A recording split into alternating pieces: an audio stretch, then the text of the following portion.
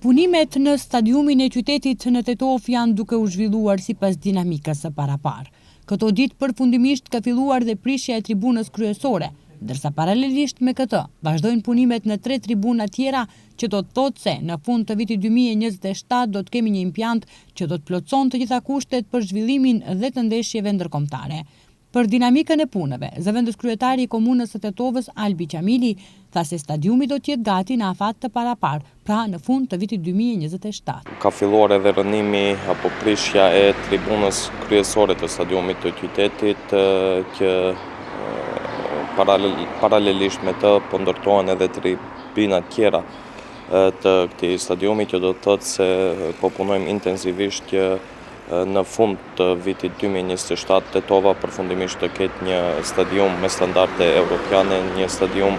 ashtu siç e kërkon edhe standarde ndërkombëtare, UEFA, FIFA e kështu me radhë. Jemi të kënaqur nga punimet po bëhen në mënyrë intensive dhe